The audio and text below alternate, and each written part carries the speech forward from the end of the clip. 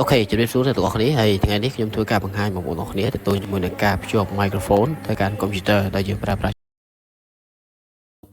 អូខេជម្រាបសួរអ្នកទាំងអស់គ្នាហើយថ្ងៃនេះខ្ញុំធ្វើការបង្ហាញបងប្អូនទាំងអស់គ្នាទៅទល់ជាមួយនឹងការភ្ជាប់ microphone ទៅកាន់ computer ដែលយើងប្រើប្រាស់ជាមួយនឹង iPhone ហើយជាដំបូងបងប្អូនទាំងអស់គ្នាគ្រាន់តែ search Woomai ទៅប៉ុណ្្នឹងមកហើយក៏យើងធ្វើការ download ជំរាបសួរបងប្អូនទាំងអស់គ្នាហើយក៏សួស្តីបងប្អូនសិស្សានុសិស្សទាំងអស់គ្នាដែលតែងតែតាមដានទស្សនាវីដេអូចេញពី Channel YouTube របស់អង្គការក្រុមការងារកម្ពុជា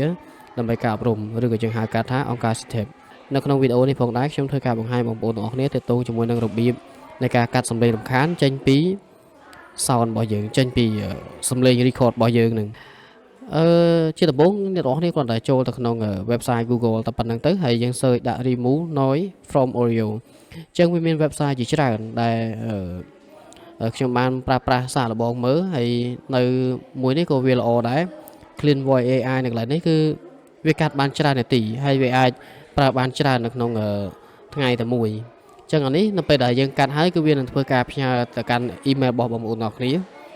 តែទាមទារឲ្យយើងធ្វើការបង្កើត account នៅក្នុង website ហ្នឹងមួយផងដែរ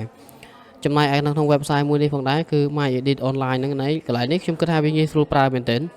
ដោយបងប្អូនទាំងអស់គ្នាបានឃើញពីដើមវីដេអូអញ្ចឹងនៅពេលដែលបងប្អូនចូលទៅប្រើវាគឺវាមានលក្ខណៈសាមញ្ញយើងគ្រាន់តែធ្វើការ upload ចូលទៅប៉ុណ្្នឹងមកប៉ុន្តែនៅក្នុង website នេះគឺយើងអាចប្រើប្រាស់បានតែម្ដងក្នុងមួយថ្ងៃនៃ account តែមួយទេតែបើសិនជាបងប្អូនមាន account ច្រើនក៏យើងប្រើឲ្យច្រើនយើង log in account ឲ្យបានច្រើនតែប៉ុណ្្នឹងទៅហើយកន្លែងនេះនៅពេលដែលយើងធ្វើការ log in ចូលប៉ុណ្ណេះអូសំទោសនៅពេលដែលយើងធ្វើការ upload ចូលបានប៉ុណ្ណេះ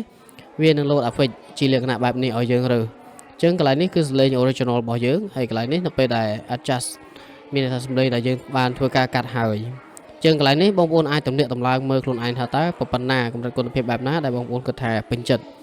អញ្ចឹងនៅពេលដែលយើងរើសបានពេញចិត្តប៉ុណ្ណឹងហើយគឺយើងធ្វើការ download វាយកមកប្រើប្រាស់ចុះឧទាហរណ៍ថាឥឡូវនេះខ្ញុំធ្វើការ download កន្លែងនេះបើបានបញ្ជាក់ប្រាប់ហើយគឺយើងប្រើប្រាស់បានតែម្ដងក្នុងមួយថ្ងៃទេបើស្អីយើងចង់បានប្រើលើសពីហ្នឹងតើយើងធ្វើការ upgrade បង់លុយជូនគេទៅប៉ុណ្ណឹងទៅអូខេអញ្ចឹងខ្ញុំប្រើតែម្ដងទៅនៅក្នុង website នេះហើយមាន website ជាច្រើនទៀតដែលបងប្អូនអាចប្រើប្រាស់បានអូខេយើងបានតែប៉ុណ្្នឹងមកគឺយើងទៅរក file របស់យើងនៅកន្លែង download រួចជាការស្រេចរួចហើយគឺយើងធ្វើការដាក់បញ្ចូលក្នុងវីដេអូរបស់បងប្អូនទាំងគ្នាចប់តែប៉ុណ្្នឹងអញ្ចឹងអរគុណច្រើនបងប្អូនទាំងគ្នាសម្រាប់ការទស្សនាអញ្ចឹងអរគុណច្រើនសម្រាប់ការទស្សនាវីដេអូមួយនេះ